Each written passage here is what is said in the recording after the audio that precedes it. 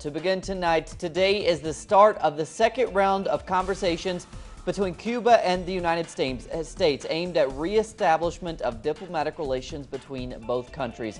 Cuba once again declared its desire to close the distance with the U.S. with regards to the reestablishment of relations.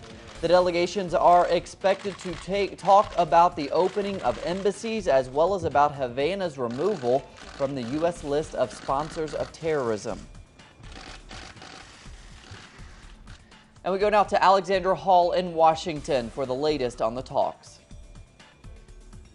Well, the second round of talks is concluded, and judging from remarks that we just heard at the State Department from heads of both delegations from Cuba and the United States, the conversations were forward and positive. Of course, the issue of whether or not Cuba will be removed from the U.S. state sponsors of terrorism list is one that came up. Josefina Vidal, the chief of U.S. affairs at Cuba's foreign ministry, said that this issue is important. It's a matter of justice, morals. Cuba never should have been on that list in the first place, but she said that it's not a precondition for reopening embassies in Havana and Washington. On the U.S. side, Assistant Secretary of State Roberta Jacobson announced a number of upcoming delegations, namely one that's scheduled for the end of March, in which officials will come together to discuss the issues of human rights. She ended by saying that both sides are optimistic that this first stage of reestablishing diplomatic relations between the United States and Cuba can be completed before the Summit of the Americas that's scheduled to be held in April.